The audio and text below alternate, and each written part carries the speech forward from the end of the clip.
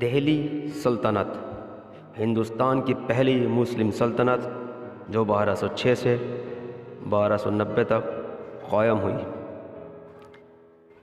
دوستو، آپ دیکھ رہے ہیں چینل گلدستہ معلومات، اور آج میں آپ کو ہندوستان کی پہلی مسلم سلطنت کے بارے میں بتاؤں گا جو 1206 سے 1290 تک قائم رہی۔ 12ویں صدی میں شہاب الدین غوری نے دہلی کو فتح کیا اور 1206 میں اس کی موت کے بعد اس کا ایک غلام قطب الدین ایبک تخت نشین ہوا، اور اس طرح دہلی سلطنت کی حکومت کا آغاز ہوا۔ شمس الدین التمش اور غیاث الدین بلبن اس سلطنت کے مشہور بادشاہ تھے۔ رضیہ سلطان اس حکومت کی اکلوتی خاتون حکمراں تھی۔ سلطنت دہلی کے حکمراں قطب الدین ایبک، شمس الدین التمش، رضیہ سلطان اور غیاث الدین بلبن کے علاوہ باقی حکمرانوں کی تفصیل مندرجہ ذیل ہے۔ آرام شاہ دہلی سلطنت کا دوسرا مسلم حکمراں، جس نے 4 نومبر 1210 سے مئی 1211 تک دہلی پہ حکومت کی۔ آرام شاہ قطب الدین ایبک کا بیٹا تھا، جو اس کے مرنے کے بعد 1210 میں تخت نشین ہوا۔ وہ نااہل ثابت ہوا، وہ آرام طلب تھا، اس لیے سلطنت کا انتظام نہ سنبھال سکا۔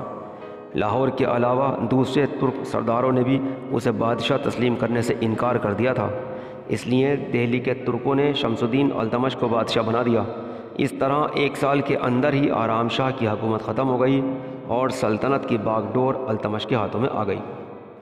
رکن الدین فیروز دہلی سلطنت کا چوتھا حکمراں، جس نے 30 اپریل 1236 سے 20 نومبر 1236 تک دہلی پر حکومت کی۔ رکن الدین فیروز سلطنت دہلی کا چوتھا حکمراں تھا، جس نے صرف 7 مہینے تک حکومت کی۔ رکن الدین فیروز التمش کا بیٹا تھا۔ 1236 میں التمش کے انتقال کے بعد وہ تخت پر بیٹھا، لیکن اسے تخت کے لائق نہیں سمجھا جاتا تھا، اس لیے نومبر 1236 میں وہ مارا گیا اور التمش کی بیٹی رضیہ سلطان نے اس کے بعد اقتدار سنبھالا۔ التمش کی بیٹی کا نام عام طور پر لوگ عورت ہونے کی وجہ سے رضیہ سلطانہ لکھتے ہیں۔ واضح رہے کہ التمش نے اپنے دونوں بیٹوں کی کثرت شراب نوشی اور عادات بد کے باعث اپنی بیٹی رضیہ سلطان کو ولی عہد کے طور پر منتخب کیا تھا۔ جب رضیہ نے حکومت کی باغ ڈور سنبھالی تو اس نے اپنے لیے سلطان کا لقب پسند و اختیار کیا، اس لیے رضیہ کو رضیہ سلطان کہا جاتا ہے۔ تاریخ فرشتہ کے مصنف نے بھی اپنے فارسی مسودے میں رضیہ سلطان کا لفظ ہی استعمال کیا ہے۔ معیز الدین بہرام شاہ سلطنت دہلی کا چھٹا حکمراں، جس نے 15 اکتوبر 1240 سے 10 مئی 1242 تک حکومت کی۔ معیز الدین بہرام شاہ سلطنت دہلی کا چھٹا حکمراں تھا۔ وہ التمش کا بیٹا اور رضیہ سلطان کا بھائی تھا۔ جب رضیہ بھٹنڈا میں مقیم تھی تو بہرام نے دہلی میں اپنی بادشاہت کا اعلان کر دیا۔ امرائے چہلگانی اس کے معاون و مددگار تھے۔ یہ امراء بادشاہ اگر کہلاتے تھے۔ رضیہ نے اپنے شوہر اور بھٹنڈا کے سردار ملک التونیہ کے ساتھ مل کر تخت واپس حاصل کرنے کی کوشش کی، لیکن گرفتار ہوئی اور ماری گئی۔ بہرام شاہ کا 2 سالہ دور حکومت امن کا دور رہا، کیونکہ امرائے چہلگانی ایک دوسرے کے خلاف سازشوں میں مصروف تھے۔ وہ بادشاہ کے حکم کو بھی تسلیم نہیں کرتے تھے۔ اس کے دور کا اہم واقعہ منگولوں کا لاہور پر حملہ ہے۔ مغل سردار اوغدائی خان نے غزنی پر قبضہ جمانے کے بعد اپنے جنرل دایار کو لاہور حملہ کرنے کے لیے روانہ کیا۔ دہلی کے سلطان کے پاس اس کا سامنا کرنے کی ہمت نہ تھی، کیونکہ اس کے امراء سازشوں میں مصروف تھے، اس لیے پنجاب اور لاہور کا دفاع ممکن نہ تھا۔ 1240 میں موسم سرما میں منگول وادی سندھ پر حملہ آور ہوئے اور انہوں نے وہاں وسیع پیمانے پر تباہی مچائی۔ لاہور کی گرد و نواح میں تباہی مچا کر واپس چلے گئے۔ بہرام شاہ اپنی 2 سالہ دور اقتدار کے بعد 15 مئی 1242 میں اپنی ہی فوجوں کے ہاتھوں مارا گیا۔ اس کے مارے جانے کے بعد سلطان رکن الدین فیروز شاہ کے بیٹے علاؤالدین مسعود نے اقتدار سنبھالا۔ علاؤالدین مسعود شاہ علاؤالدین مسعود شاہ سلطنت دہلی کا 7واں مسلم حکمراں تھا، جس نے 10 مئی 1242 سے 10 جون 1245 تک دہلی کے تخت پر حکومت کی۔ علاء الدین مسعود دہلی کا 7واں سلطان تھا جس نے ملک میں حکومت کی۔ وہ رکن الدین فیروز کا بیٹا اور رضیہ سلطان کا بھتیجا تھا۔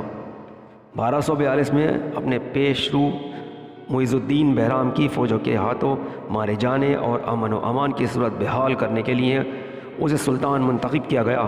اس لیے وہ زیادہ اختیارات کا حامل نہیں تھا اور اقتدار کے حصول کشمکش کے دوران درباری امراء نے اس کی جگہ ناصر الدین محمود کو سلطان بنا دیا۔ ناصر الدین محمود دہلی سلطنت کا 8واں مسلم حکمراں تھا جس نے 1246 سے 1265 تک حکومت کی۔